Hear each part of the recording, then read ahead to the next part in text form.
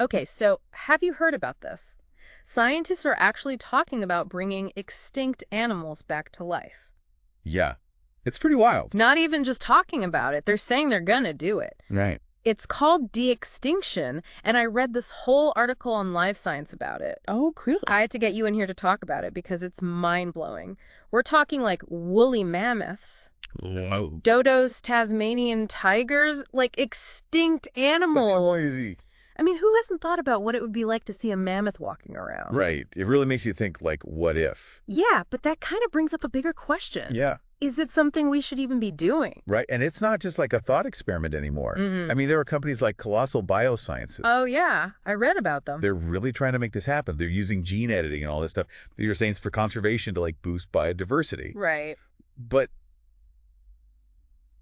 honestly, it's a pretty radical approach. I mean, it's like straight out of Jurassic Park, except instead of dinosaurs, it's like mammoths running around. Yeah. Before we go too far down the road with, like, the should we or shouldn't we, I'm really curious about how they'd even do it. Yeah. The article mentioned that scientists have actually already brought back an extinct animal. Oh, really? Yeah, but it didn't live very long.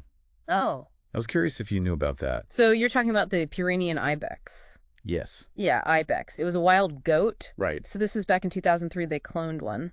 Oh, wow. It only lived for a few minutes, though. Yeah, I think the article said it had like a lung defect or something. Yeah, it was a lung defect. Wow. But still, it was huge. Yeah. It proved that de-extinction wasn't just like, sci-fi. Totally. Like it could actually be done. Yeah. Yeah. So how are they planning to bring back these animals?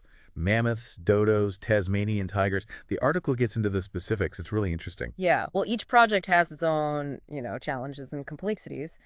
But for the woolly mammoth, Colossal is focusing on gene editing.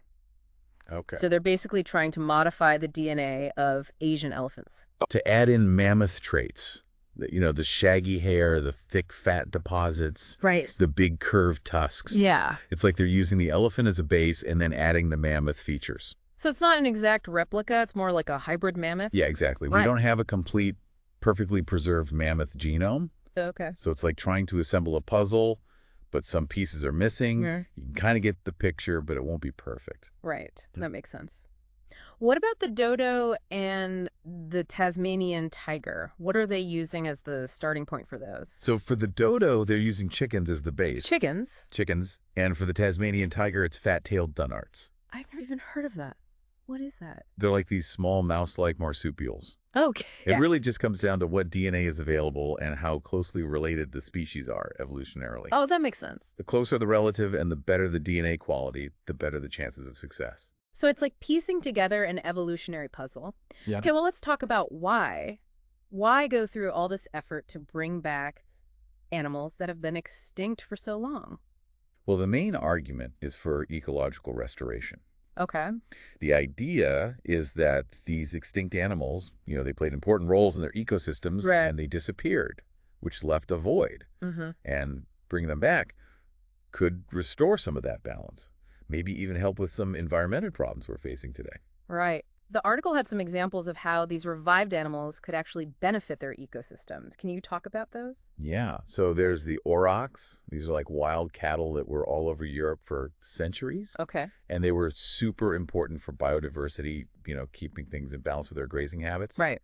There's a group called the Taurus Foundation, and they're trying to bring them back. Really? It's called backbreeding. Hmm. They take cattle breeds that have aurochs-like traits and breed them over and over to get as close as they can to the original aurochs. So they're like retracing evolution to recreate a lost ancestor. Yeah, pretty much. Yeah. What about the mammoth? What role did they play in their environment? Yeah, I was wondering about that. So woolly mammoths, they were what we call ecosystem engineers. They actually shaped their environment. Wow. They maintained those huge grasslands called the mammoth steppe. Yeah. Like everything they did, their trampling, their grazing, even their dung, it all helped the ecosystem. Wow. And these grasslands were really good at storing carbon Okay. and keeping permafrost frozen, which helps regulate temperatures globally. Oh, right. Now that the mammoths are gone, those grasslands are gone. And the ecosystems there now aren't as good with carbon. Wow. So it's like they might even be contributing to climate change. So the idea is that if you bring back mammoths, it could help restore those grasslands Right. and maybe even help with climate change. Potentially. It's like a Jurassic Park solution for like a real problem. Exactly. Then there's the dodo.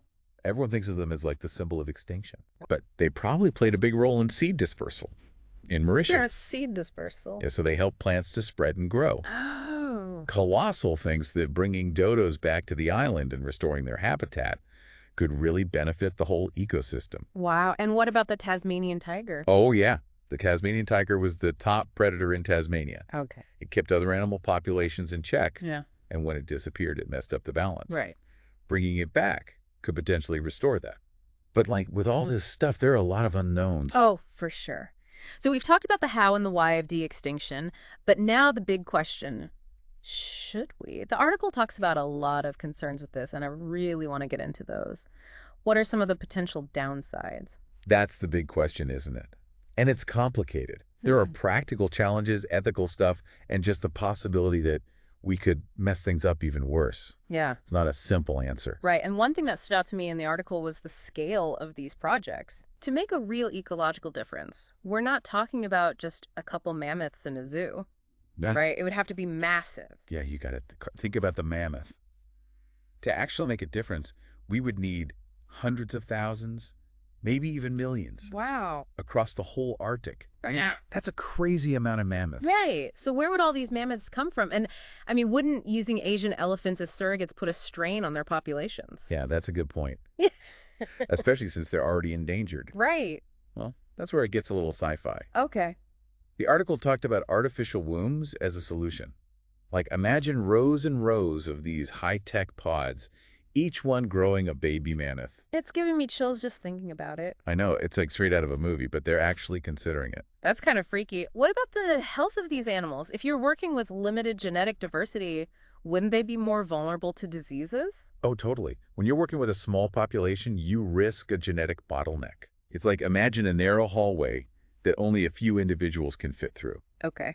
You lose a lot of genetic variation, which makes the population as a whole weaker, more vulnerable to diseases and environmental changes. Oh, right. Think about all the work conservationists do to protect endangered species now. Yeah. Genetic diversity is super important for them to survive long term. So we could end up with all these mammoths and dodos and Tasmanian tigers that are sickly and can't survive in the wild. Exactly. It wouldn't be a success story at all.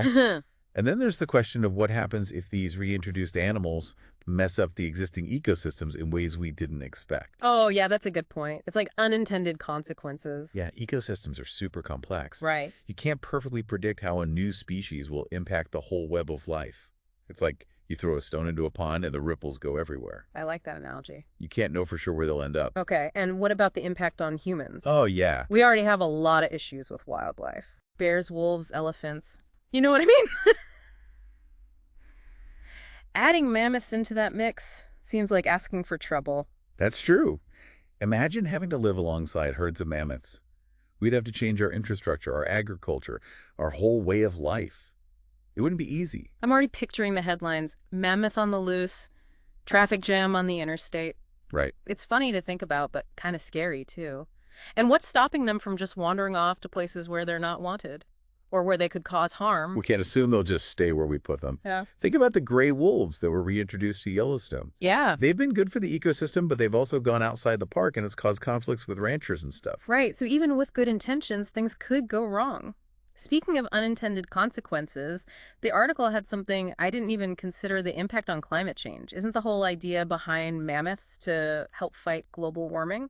Well, the idea is that mammoths would help bring back those grasslands that store a lot of carbon, which would be good for the climate. But it's not that simple. Some scientists say that mammoths could actually be bad for the climate. They could damage permafrost and release methane gas and change the plants in ways that actually make carbon storage worse. Wow, really? So de-extinction might not be the climate solution people think it is. Exactly. It's really complex, and we have to be honest about the risks, not just the potential benefits. Right. There are so many unknowns, and we have to be careful. This makes me think about all the money going into de-extinction. The article said that Colossal Biosciences has raised like hundreds of millions of dollars. Wow. Couldn't that money be used to protect species that are endangered right now instead of trying to bring back ones that are already gone? It's a fair question. Hmm. Why focus on the past when so much is at stake right now? I mean, we're in a biodiversity crisis with so many species about to go extinct. Shouldn't we focus on that?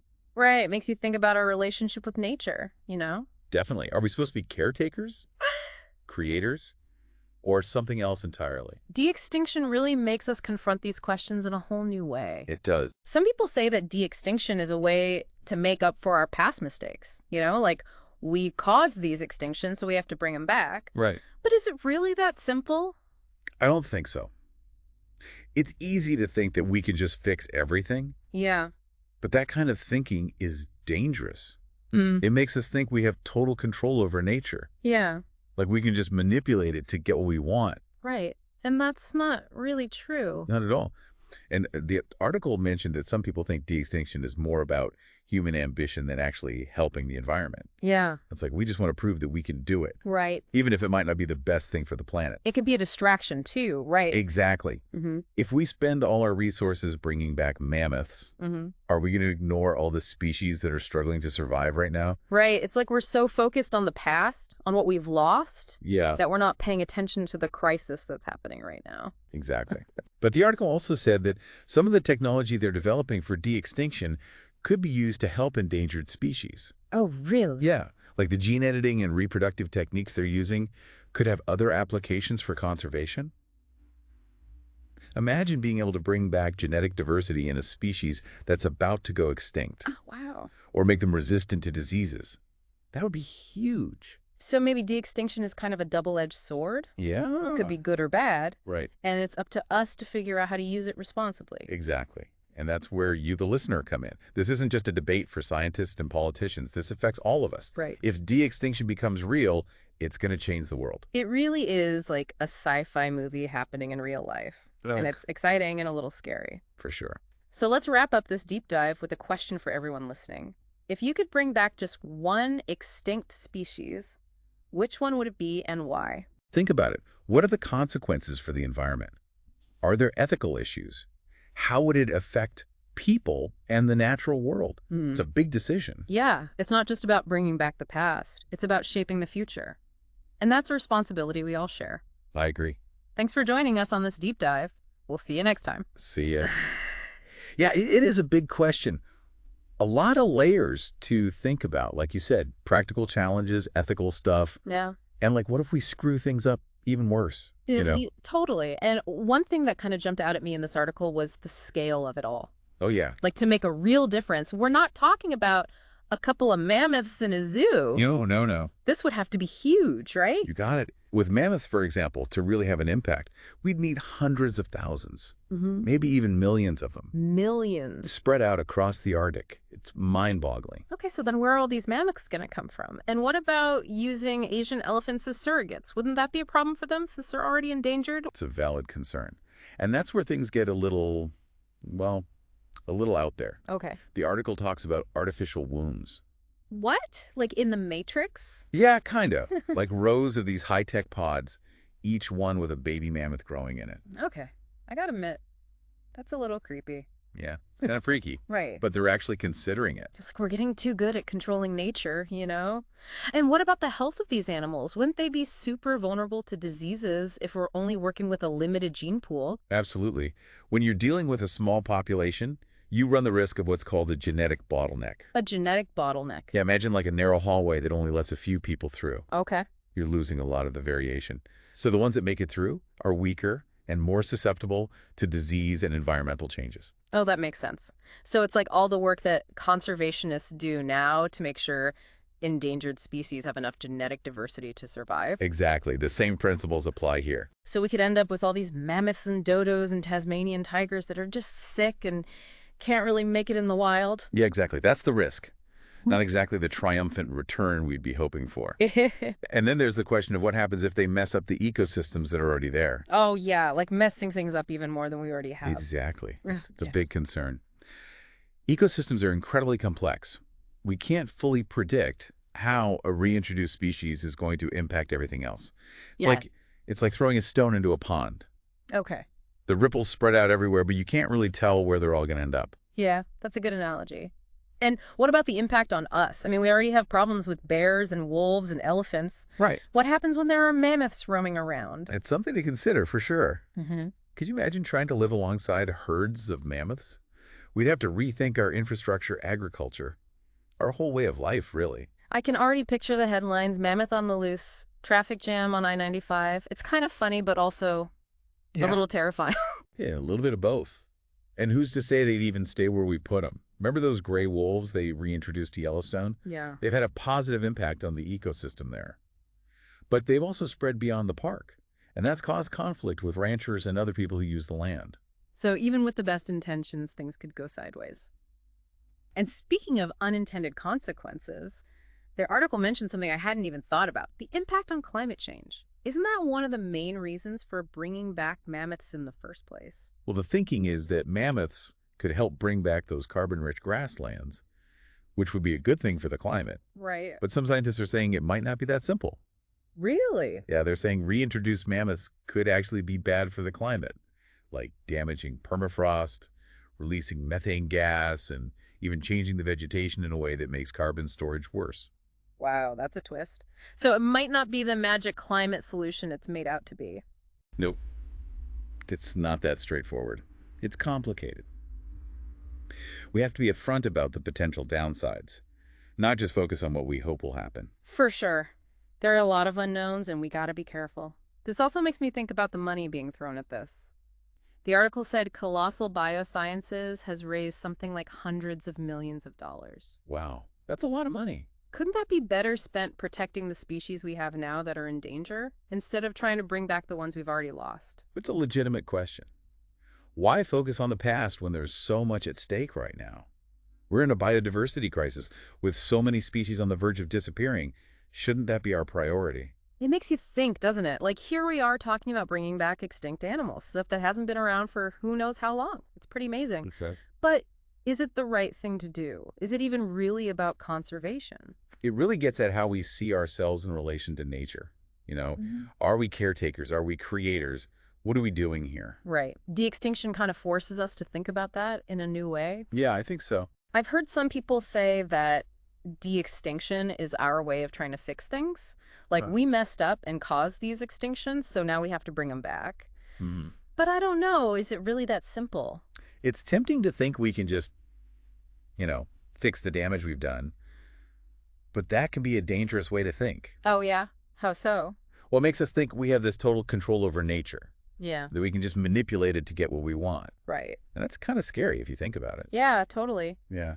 And the article said some people think this is more about human ambition than actually helping the environment. Right.